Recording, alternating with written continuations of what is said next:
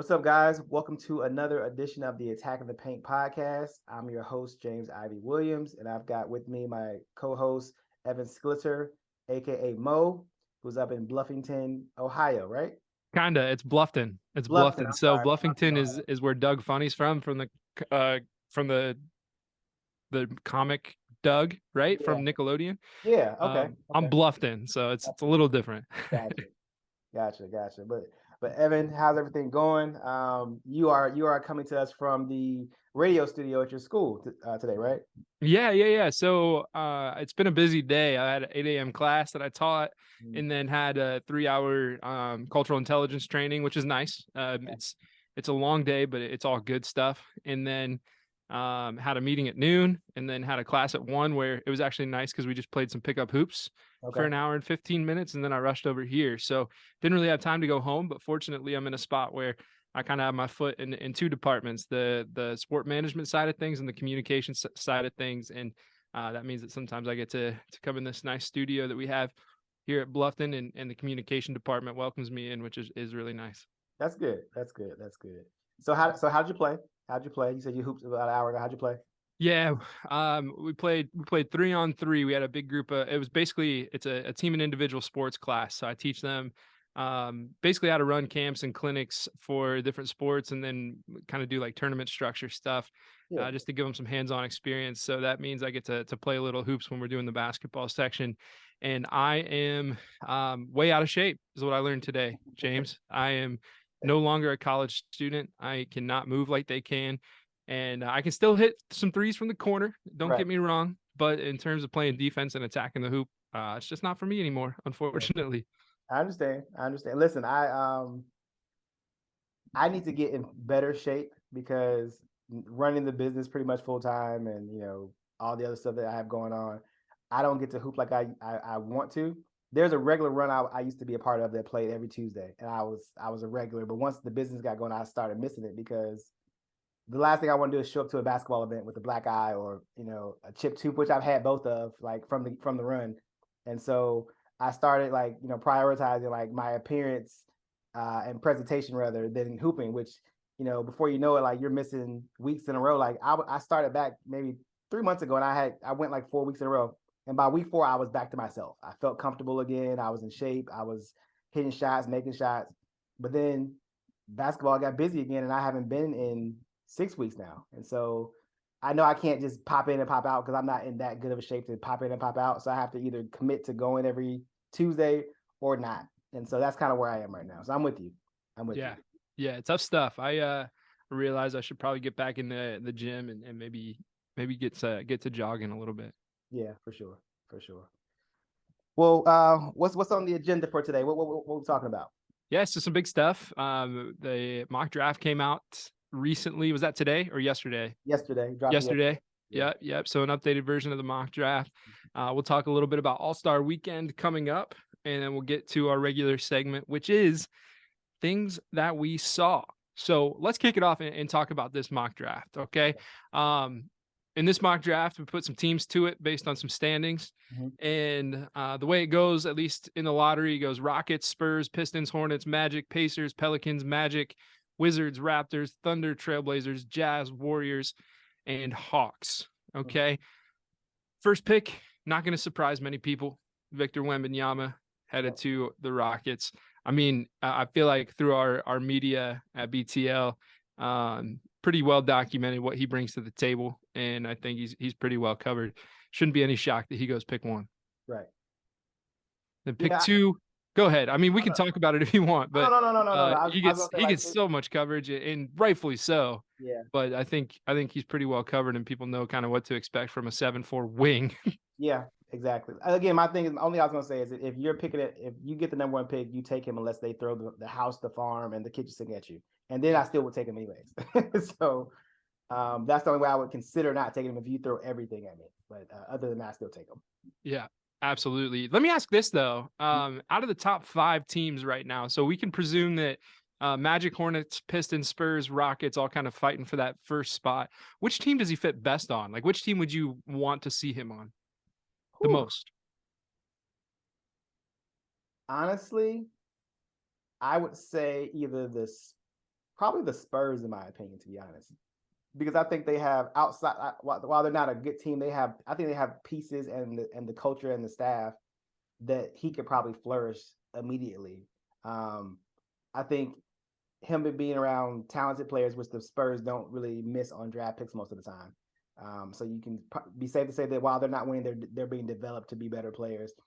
Dropping him in that system with that coaching staff, I think he fits right away. I think he needs to be coached hard too. And I think Pop's probably gonna, out of everybody on this list, Pop's gonna coach him the hardest for sure. And so for me, I would say the Spurs. Fair enough. I'm selfish. Detroit's the closest city to me. It's about a 2-hour drive to Caesars Arena, but so I'd like to see him on Detroit, but also I feel like they have some really good young pieces up there as well, right?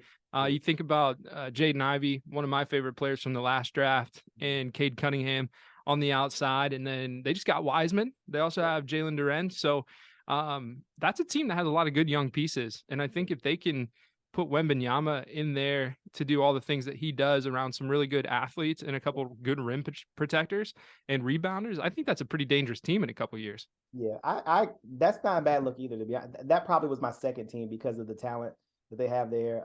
They've got good guards, young guards. They've got good young bigs.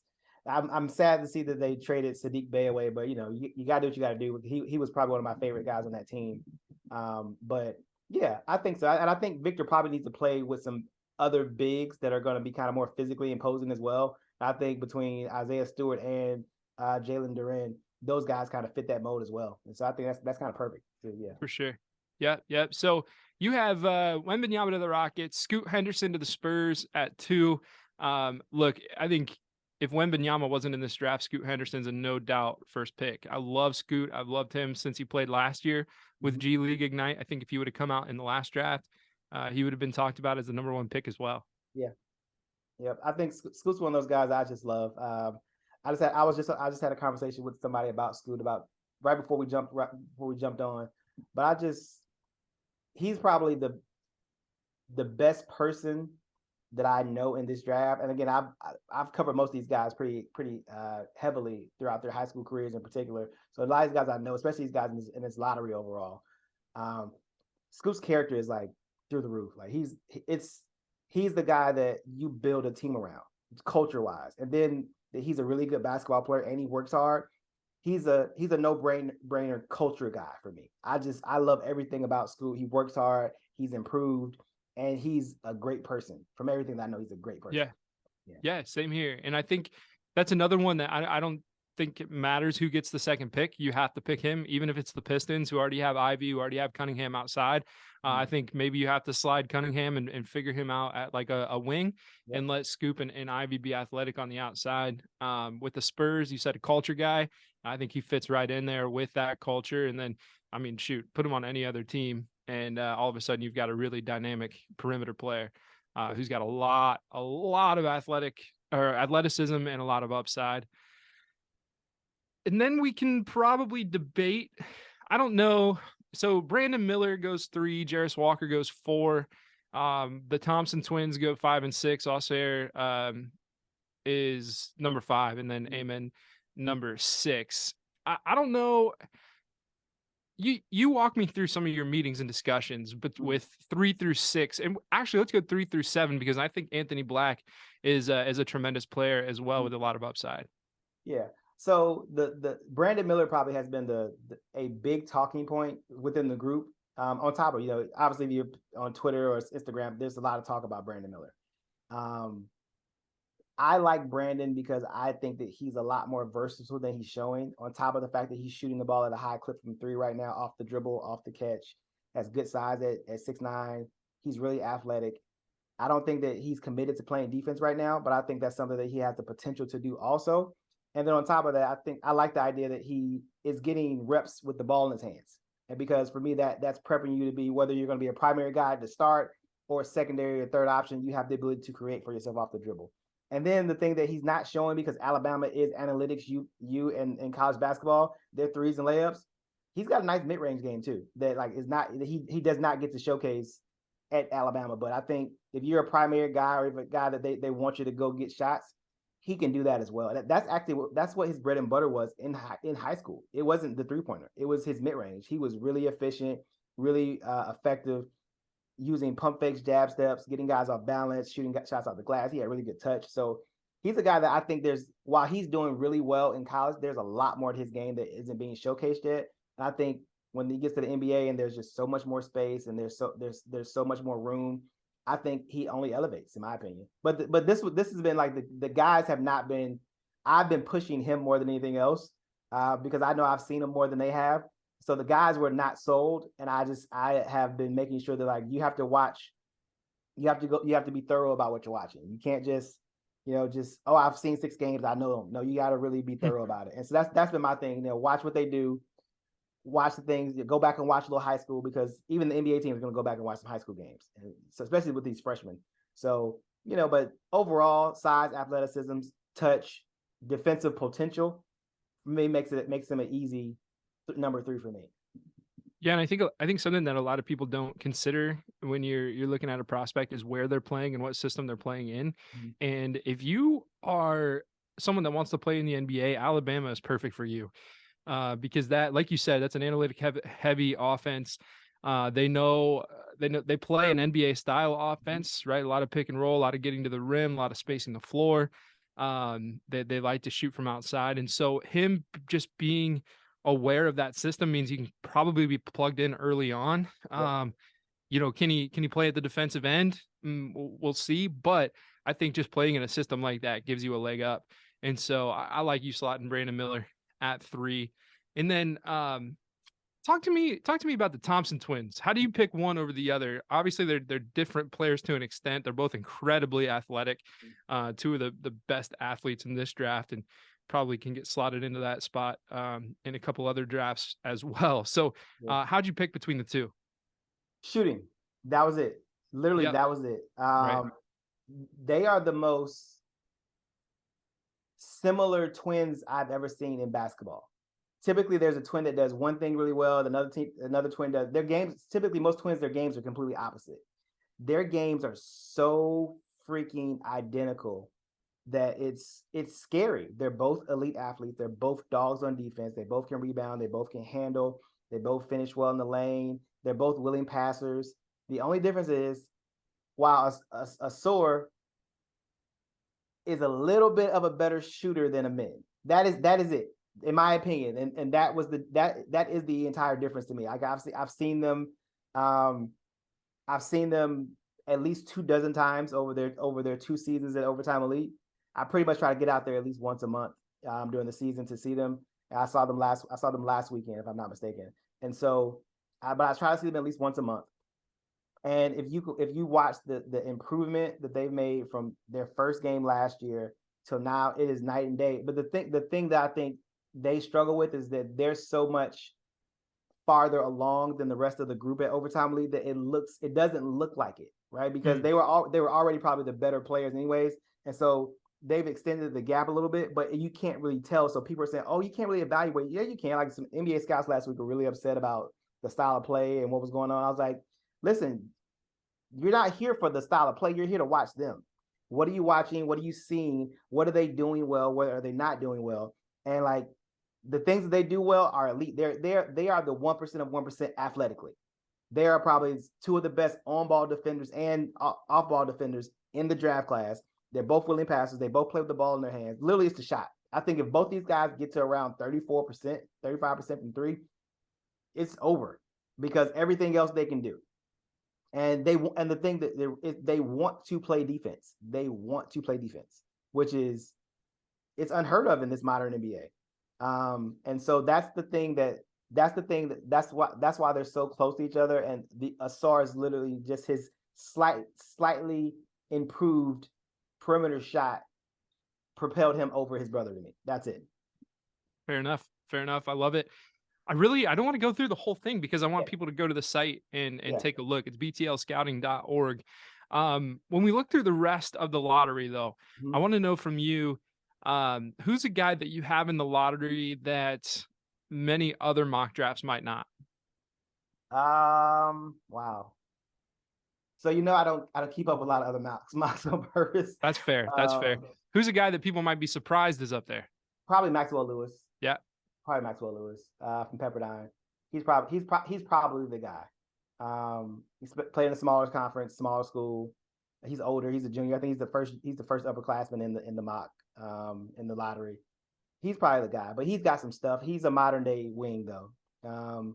And for me, what I like about Maxwell in particular is that this is his third year in college, and so he's made steady improvements from year to year to year, which is one of those things that you know about me. I like the guys that get better because they've gone through some things, and you can see a trajectory of them continuing to improve because they've had to get on the floor, to stay on the floor, and to now become the primary guy on the team.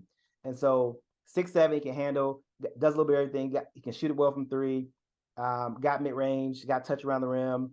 Not a great playmaker, but will make the willing pass. And for me, it's more so when we talk about playmakers, guys who aren't elite passers, just make the right pass. And that's all you want to do is make the right pass. If somebody's open, pass the ball to him. If you draw two, find the open guy. Get to that swing, so somebody can get an open shot. And I think at the NBA level with more spacing, I think he'll be able to do that well. And it's something that'll be hammered in. The defensive side is where I think he lacks, but it's at these small schools, you know this better than most.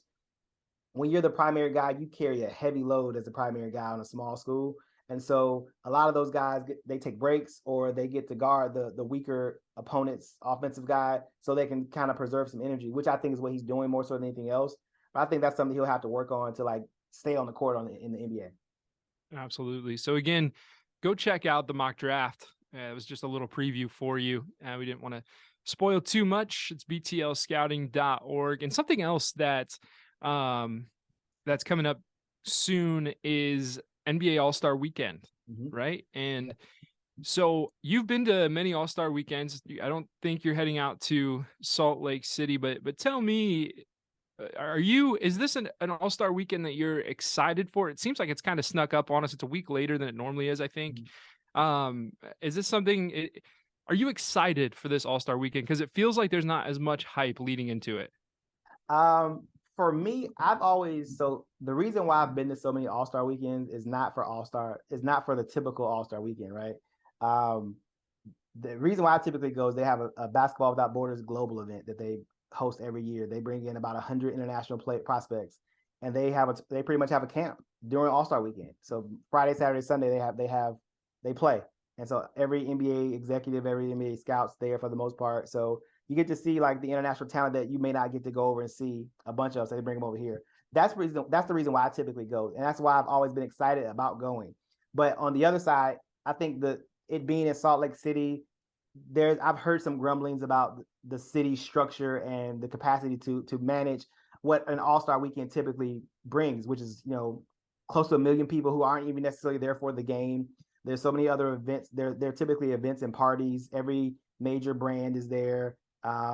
Every shoe company, everybody's hosting parties and events, so things like that. So, and I've just heard that Salt Lake City doesn't have the infrastructure to hold the capacity. I looked it up, and hotels were they don't have. I mean, not that I'm not bougie by any stretch, but I need to stay at the finer hotels. But the hotels that I typically stay in when I travel were expensive. And I'm more of a frugal, reasonable person when I travel. So I stay at La Quinta's or Comfort Inns or things like that because I just need somewhere to rest my head and be clean and safe. And those places were $1,000 for 3 days. Oof. And so that tells me right there that they didn't have the infrastructure to even hold the capacity because it's too expensive. Those things should not be that expensive. But when you're limited with the number of hotel rooms that you have in a city and even outside of the city, that's what happens. And so that's the problem. And I think you're right. Then also it's a week later than normal, but I think, Super Bowl being last weekend, they always do it the weekend following the Super Bowl. But it typically kind of falls in this range. It's always right around Valentine's Day. But it's just, I think it's probably not one of the more exciting weekends that we've seen in recent years between other cities that has been, Charlotte, Chicago, LA, they had the Atlanta COVID year. So there's been, there are other cities that I think probably attract a little bit more attention. But I understand, every city should have the ability to bid for it. And if they want to host it, they should be able to host it if they win the bid. So I get it. But I just think Salt Lake's not an attractive or exciting city for most people. And so And it's gonna be cold as you know what out there. For sure, man. Yeah, I'll have it on. I'll have it on the TV. I'll watch it. I'll probably enjoy the festivities. But yeah, definitely for some reason it just doesn't feel as exciting as it has in the past. And I don't know. I don't know if it's the rosters. I mean, the starters are all. I mean, Laurie Markkinen's kind of a surprise, but he's replacing Zion in the starting lineup, right? It's good for Salt Lake City as well. Otherwise, though, I mean, everyone makes sense, right? Good to see De'Aaron Fox in his first All-Star appearance. As a Kentucky fan, seeing him and Shea making the All-Star game, that's pretty exciting. Bam, second time All-Star pick. So I mean, yeah, the rosters are all right. There's just something about it that I don't know. I'm just not as excited. Maybe it was because last year that dunk contest was so lackluster. That could be it. Maybe that's part of it. But we'll see. We'll see what happens. I think it definitely has something to do with it for sure. I think it is a fans event for sure. And the excitement does kind of stem around that Saturday with all the the dunk contest, the skills competition, 3-point contest. And again, yeah, I think you've got to have those. You got to get those things right to kind of kick the event off overall for sure. Excited about some of the guys getting their first shot for sure. De'Aaron Fox in particular, just watching him kind of grow and progress over his, I think, 5 years or 6 years in the league now, and finally kind of cracking that list is great. Some of the old heads are kind of out with injury. KD, Steph, Joel. I hear Joel is kind of making rumblings right now that he's not fully healthy, so maybe he doesn't want to play either. But I think it's good to get some of the young bucks in, and let some of the older guys kind of sit down for a moment, while still obviously earning their spots, the way that they did. But maybe we see it every year. Like older guys always like, I don't feel like playing. Or hey coach, I want to start, but play me the first 3 minutes and I'm good. So. Right. But I think it's good to get some of the younger, some new blood in for sure. I think obviously having Laurie in it was definitely a big deal for Salt Lake City. But he's been playing well too. So I mean he's been catching bodies left and right. So that's a plus for him for sure. Yeah, definitely. It's been fun to watch him, and I think that's a good topic for another show. Bringing Laurie up and talking about maybe just some young guys that are finally taking the next step. But we'll talk about that another show. Let's move into our final segment here and talk about things we saw. I want to save yours for the end. We talked about it before. I want to save yours for the end. And I want to talk about mine because it just happened last night. I tuned into last night as we're recording on Thursday. And last night the Lakers played with a full strength roster against the Pelicans. They started their three new guys that they got through trade. Malik Beasley and D'Lo and Vanderbilt started with LeBron and Anthony Davis. And I'll tell you what, we talked about this on our last podcast, how the Lakers kind of need some new energy. So just a fresh start. And they came out and they looked like they were having fun, right? They got out to like a 14-2 or 16-2 lead. Davis was 4 for 4 with 12 points or 11 points early on. D'Lo hit 2 of 3 from 3 in the first 2.5 minutes. Like it just looked like a lot of fun. They obviously won that game. They kind of slowed down after that first stretch, but tell you what, James, that team did look good. Now we've seen teams with LeBron and with AD kind of ebb and flow, and you almost have to always preface a conversation about an NBA team with it. We'll see how we'll see how the attitudes are moving forward, right? We'll see how the chemistry goes, but I was really enthusiastic about what I saw. Yeah. So I didn't see the game originally, but I had a random wake up at 2:00 in the morning last night. So I come out, sit on the sofa, and cut ESPN on. The game's on replay, and so I get to watch. I watched the game, and so the same thing. Like they looked excited, they looked happy. Like I think the new blood and change of scenery for some of those guys. Mo Bamba in particular. Like I was really high on Mo Bamba when he came out. Mo Bamba looked happy. He was playing. I don't think he's touched the court in months since in Orlando, just earlier in the season. And so outside of his fight with Austin Rivers a few weeks ago, but I think Mo looked good. D'Lo having another playmaker is going to be huge for LeBron, and a playmaker that can shoot and be and worry about him as a shooter and a playmaker is going to be something that they're going to really need. But I think you're right. I know it's the first game of them being fully healthy and fully getting comfortable with each other, but I think with that group of guys, what you have to now do is preface it what we always talk about with LeBron: wait to the playoffs. You just don't know. Like if he's in the playoffs with a healthy team, can they beat anybody? And typically with him, you have to give him the benefit of the doubt because we've seen him do it so many times. And so whether it's win the championship or not, but like be competitive, win a series, they can win a series now. They can win a series now. Again, if they get in the play-in and now they're a 7 or 8 seed in the play-in and they got to play one of those top 2 seeds, I would be a little worried because of who he is and what he's been doing. As long as they stay healthy, if they're healthy going into it, I would be worried if I was 1 or 2 seed.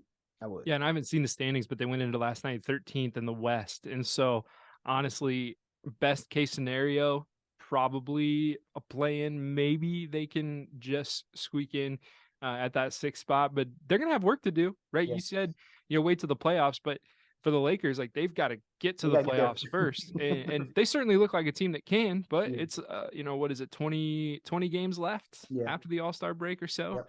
And so it's no easy task. It'll be interesting to see again how much energy that they can sustain throughout the end of the season. But I'm looking forward to it. Like you said, having some guys that LeBron can toss the ball out to and be confident they're going to do something with it, whether it's shoot and knock down, whether it's cut to the basket or attack a closeout. Like there's a lot more movement. There's a lot more energy. I don't want to say D'Lo and Malik Beasley are young, but they're younger, right? And they still have some spring and some life left. And Vanderbilt looked okay on offense, right? We talked about him as a defensive presence, and he certainly is that.